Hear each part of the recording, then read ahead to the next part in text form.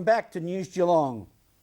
The Geelong Botanical Gardens are again at the environmental forefront with a major water recycling project that will save approximately 30 million litres of mains drinking water a year by recycling stormwater into the garden's new artificial lake.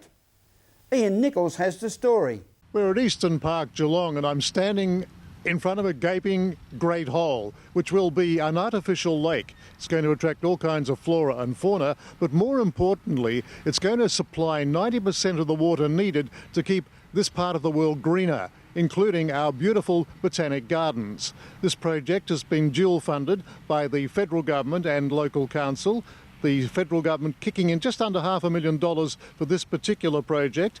And we're talking with Senator Don Farrell, who's the Parliamentary Secretary for Urban Water, and our Mayor of Geelong, Councillor John Mitchell. The federal government is supporting this Eastern Park project with in excess of $400,000. It's one of 5 parks in the greater Geelong area, which the federal government is supporting as part of our program to increase the level of stormwater reuse. This particular project is going to achieve about 30 megalitres of water recycled each year to the botanical gardens behind us. And I'm very pleased to be here with Mayor Mitchell today to have a look. It's almost finished, we're about 95% finished, and it's just going to be a fantastic project for Geelong. Well, Mayor, of course, it's just great to see that this area, this encapsulating the Botanic Gardens and the Eastern Park, is going to be a lot greener thanks to this initiative. Oh, there's no doubt about that. As I was saying to the Senator before, you know, we really do appreciate the federal government's assistance, and they've assisted us, as the Senator said, many, many times before. But this is something that is a piece of hard infrastructure that will probably reduce the amount of water that we need to bring in by 90%.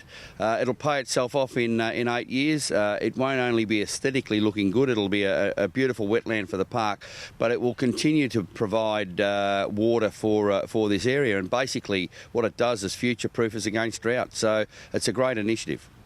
And Senator, just looking at the big picture, I believe $2.9 million will cover a number of projects around Geelong. That's correct. There's 5 projects in this immediate vicinity. This is the 3rd one that's almost completed, and there's 2 more projects to go. Just as the Mayor has said, there's a cycle in Australia, an ancient cycle of drought and flood. We're in the flood cycle at the moment, but what we're certain is that the drought will return, and when it does, all the science is telling us that it's going to be worse than the last one. So what this will mean is the sorts of problems that we had during the last drought won't occur next time. So it's future-proofing the city of Geelong. And Mayor, just a little bit of trivia. I understand maybe 100 years ago there was a lake here, and it was actually filled in to create sporting fields, and now we're virtually reversing that trend. Yeah, there's no doubt about that. Look, there was a lake here many, many years ago, but also the Geelong Football Club used to play here as well. So things move on. The city of the day decided to fill it in to build some cricket fields here, and any of us that, and I'm sure, Nico, you would have played down here on these fields as a young man. They were needed and well used. But now there's a different set of circumstances, and there's no doubt that, as the Senator said, we understand the weather pattern's probably a little better now than what we used to. We certainly have a magnificent park area here in the centre of Geelong, and it needs to be looked after. So why see all this water run out into Corio Bay? Why not put it to good use? And with the federal government's assistance, we've done this in a couple of other places, like down at Grinda Reserve, at Cadinia Park, and there's another couple to come. So you know, it's a great use of a resource that was being wasted, and once again I'd like to congratulate the federal government for their assistance in what is really some great projects for Geelong. Well, we look forward to seeing the stormwater fill up this beautiful lake, the ducks, and as you've suggested already, the flora and fauna will take on a whole new view. Yeah, look, there's no doubt about that. The Mayor even says we might have a few eels in here because he comes round for his morning constitutional walk around this area. But it's fabulous for the city of Geelong, and it's a great long-term benefit for the people of this city. What it does do, Nico, just if I can add, it's like everything. The partnerships that we have with all levels of government, and we've certainly got a great partnership with the federal government to assist us in what they do. So, you know, as I said before, they're to be congratulated. But a lot of hard work's been put into it, and the result will be staggering.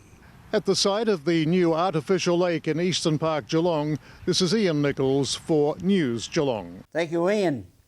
And now it's the News Geelong footy tipsters' turn to advise you of likely winners from across the AFL, VFL and all local region leagues. Following a good start in round one, let's throw to Troy Selwood. G'day guys, it's Troy Selwood here from the Bendigo Bank VFL Cats, and here are my selections for both the AFL and VFL this weekend. Starting with the AFL, I choose Freo to beat St Kilda, Carlton to get the job done against Essendon, Collingwood to beat Port Adelaide, Adelaide to obviously do GWS, West Coast to actually beat Hawthorn, Brisbane to beat the Gold Coast Suns, Geelong obviously to beat Richmond, Sydney to beat North, and I think that Melbourne will get their first win on the board against the Western Bulldogs. Then for the VFL, my selections are the Bendigo Bombers, Port Melbourne, the Box Hill Hawks, Williamstown, Coburg Tigers, and obviously the Bendigo Bank Cats to beat Werribee this Friday night out at Chirnside Park, Werribee. Cheers, guys. G'day viewers, and welcome to Grubby's Tips for round 2 in the WRFL. We're going to go for Altona out at Hogan's Road to beat Hoppers Crossing. We'll go Albion to knock off North Footscray. We'll give them another chance. Spotty at the ever-improving Deer Park. We'll go for Spotty. We'll go for Sunshine to beat a disappointing St Albans from last week. And Port Colts to give Sunshine Heights a nice old flogging, I reckon. In the Geelong District Football League, we're going to head out to North Geelong, and North Geelong to beat Inverleigh. We'll go for Werribee Centrals narrowly against East Geelong. Winch and West will be close, but I'm going to go for Winch. Out at Anarchy, we'll go for probably Thompson to beat Anarchy out there just. Bellpost Hill to beat Belmont. And Bannockburn to knock off Corio by the slenderest of margins, and we'll see you all next week. Alrighty, for round 3 this week, I've gone Anglesea easily over Port Darlington. Queenscliff should account for Bowen Heads. Torquay should have no trouble against Newcombe, but hopefully they can be a little bit competitive. Ocean Grove versus Geelong Amateur. Now, this should be the game of the round. Huge match. I reckon Ocean Grove will win. That'll make Geelong Amateur 0-3. They're in a bit of strife down there, the Amos, without Jason Tom. And then finally, I reckon Drysdale should get over Mottawarri. 5, 4, 3, 2... Thanks, Cuz. Here are my tips for GFL action in round 2. Match of the day sees Bell Park unfurl their flag at home to Colac. Last week, Bell Park were trounced by 10 goals to St Joseph's, with some pondering whether they may be coming over a premiership hangover, while Colac enjoyed a 15-day break after beating Geelong Western Peters in the inaugural Good Friday match. In other matches, I'm going to tip St Mary's over St Albans, South Bowen to smash Grovedale, Newtown and Shoal to claim its first win at home over Leopold, Lara in its first ever match at Biznella Oval, and St Joseph's to beat Geelong Western Peters. Now it's over to you, Rollo, with Colac and District. Colac and District Footy League, round 2, we're going to see Elvie to defeat Colac Imperials. Birregurra bounce back to beat Forest. They're sitting on top of the table. Yes, the South Colac bouncing Kangaroos at Eliminate will beat Lorne. Irorora Biak open the season with a win beating Otway Districts, while Western Eagles, Simpson and Apollo Bay have the bye. You're on News Geelong as we go to a break and return with weather and sport after this.